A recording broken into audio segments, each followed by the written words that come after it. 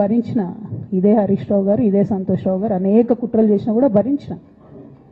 నా మీద ఓపెన్గా మీడియా మిత్రులందరితో రకరకాల మాటలు చెప్తే కూడా నేను భరించిన. నా పర్సనల్ అటాక్కి నేను ఎప్పుడు కూడా వాళ్ళను ఇంతవరకు పేరు పెట్టి పిలవలేదు, మాట్లాడలేదు. ఫస్ట్ టైం చెప్తున్నా. నేను ఎందుకోసం చెప్తున్నా, కేసీఆర్ గారికి ఈ వయసులో సిబిఐ ఎంక్వైరీ ఏందండి? ఎందుకోసం ఆ కర్మ పట్టింది? ఎందుకు భరించాలి? ఇటువంటి వాళ్ళని చూస్తూ ఎందుకోసం ప్రొటెక్ట్ చేసుకోవాలి? బీఆర్ఎస్ పార్టీ తమ్ముల కోపం రావచ్చు, కానీ వాస్తవాలు చేదుగున్నా అప్పుడప్పుడు మాట్లాడుకుంటేనే, మందు తీసుకుంటేనే ఆరోగ్యం మంచిగా అవుతుంది.